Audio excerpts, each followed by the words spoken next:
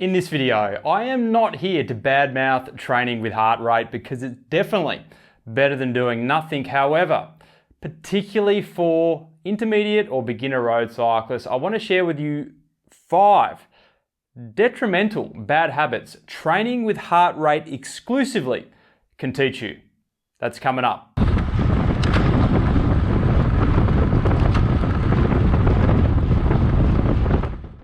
So welcome back to the RCA Training Tips Show, where today I want to share with you critical success factor number 1 in my brand new ebook for amateur and recreational road cyclists looking to go next level, which you can download for free below, and that is you must train with a power meter. Assuming you want to improve. Now, before you jump off this video because you're under the misconception that training with power is only for the most extreme and hardcore amateur and recreational road cyclists, please bear with me, because that thought process or statement could not be further from the truth. You see, when you first lean in to getting stronger on the bike and start thinking about how training can support your desires, the most easily accessible tool and metric you can use external to speed is a heart rate monitor. They're inexpensive and readily available. As a result, you start leaning into about training with heart rate and off you go. But there is at least, so there could be more, 5 reasons why training with heart rate is flawed. And they are as follows. Number 1, heart rate fluctuates based on human physiology, stress, sleep, fatigue, etc. Heart rate fluctuates based on environmental conditions, hot, cold, humid, or even windy. Number 3, heart rate will drift north during a ride as fatigue sets in. Number 4, heart rate is very slow to respond to top end output. And number 5, heart rate will change as you become fitter and stronger. So it's a very inconsistent measure and can be hard to follow, especially for those beginner and intermediate road cyclists I mentioned before. If I can use an example here to set the tone, when we go to the gym and lift weights as regular Joe Blows, we're presented with easy to understand, consistent and reliable information being the weight rack. We know what the weights are, we know what we need to lift. However, if we lifted the weights blindly and checked heart rate every so often, we're not truly going to understand what we're lifting and if we're improving. And in my opinion, the cycling weight rack is using a power meter in conjunction with understanding your 7 training zones. Of course, complementing your power training with heart rate is optimal, but if you had to choose one or the other, it's power training every day of the week, especially for those wanting to learn how to train properly. Now, I'm not going to go into all 5 reasons that I've described to you already, but I want to pinpoint 2 and give you some examples using my own personal experiences of how I train with heart rate and how it had a major impact on ultimately what I was trying to achieve. So example number 1, your heart rate will drift north as a ride goes on. If you're looking to build base aerobic fitness, and if you're a cyclist looking to improve, you should definitely want to improve your base fitness, then zone 2 is your optimal training zone. I like to go 65 to 70% of your functional threshold power, or if you're training with heart rate, roughly 65 to 75% of your max heart rate. Now, many years ago, and this is where my little story comes into play, pre-power meter for me, I finally decided to get coached because I wanted to do well in a 3-stage event. And that coach said, I want you to buy a power meter. And I said, I'm not ready to invest. He said, all right, we'll do heart rate then. And he got me to ride in zone 2. This was the first time I'd ever really trained my base fitness before.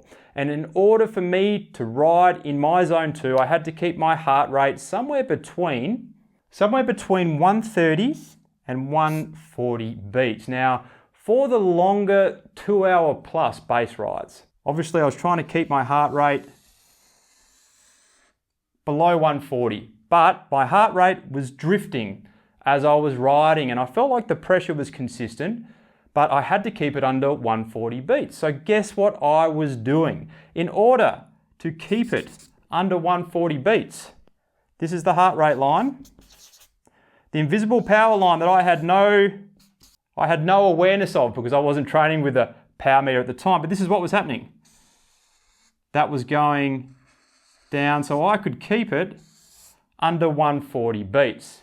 I was essentially reducing power as the ride went on because my cardiovascular system was stressing for the same output. So if I kept there, it would have kept rising, but I kept it here. So as a result, my power dropped off, and I was teaching myself, conditioning my base fitness to fall off a cliff as the ride went on. And guess how that event went, that 3-stage event? It went like this. So, sorry about that. You want to allow the heart rate to drift as the ride goes on. Not to extreme levels, but definitely allow some drift. If we use an example here, from an up-level road cycling course member, you will see the drift starts high, but then over time, you will see the drift come down. It will lessen as your efficiency at delivering oxygenated blood to the working muscles improves. Number 2, heart rate is slow to respond to top-end output. So I like the 7 training zone model. And any good coach will tell you that you should be working each zone exclusively in training and favor those zones that are more aligned to your goals. So for example, if your goal was pulling more turns in the local bunch, then 1 to 2 minute hill repeats working your VO2 max and anaerobic systems would be perfect. So back to my little story, when I was training for this 3-stage event, I needed to focus on all my upper end zones because I was doing a road race, a criterium, and a time trial. And guess what? External to your threshold zone, zone 4, that's roughly your hour power, zone 5, VO2 max, zone 6, anaerobic capacity, and zone 7, which is your all-out neuromuscular sprint, you might as well throw heart rate out the window when targeting these specific zones. Why is that? By the time you finish, say, could be a 4-minute effort, this could be a 1-minute effort, that's the kind of intensity we're doing, this could be 10 to 15 seconds.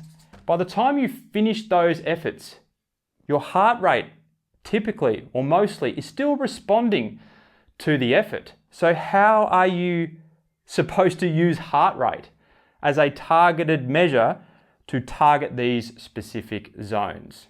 As we watch a couple of examples here, in my training for this 3-stage event, I was doing all my upper end efforts way too hard in an attempt to get my heart rate in the correct zone ASAP, and as a result, external to zone 7, which is your all-out sprint, I never really trained my upper end systems properly because I didn't have a power meter or the experience that you gain from having a power meter. Now that I've had a power meter, I can actually go out and train to heart rate because I've seen how heart rate and power, how they sort of complement each other, and I know by feel what these efforts feel like. I'm not going to nail it, but I'm going to get pretty close. However, when you're at this sort of beginner, intermediate level, there's so much to learn. This stuff can be very, very technical with heart rate.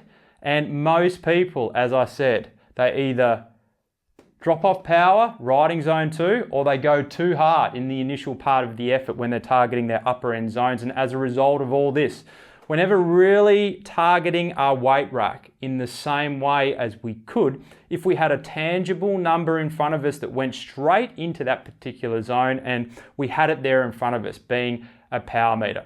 Now, I'm not literally telling you to throw your heart rate monitor out the window because, as I said at the start, it's definitely better than nothing. But maybe after watching this, you could think about, if you don't have a power meter, you could think about investing in a second-hand power meter, one-sided crank.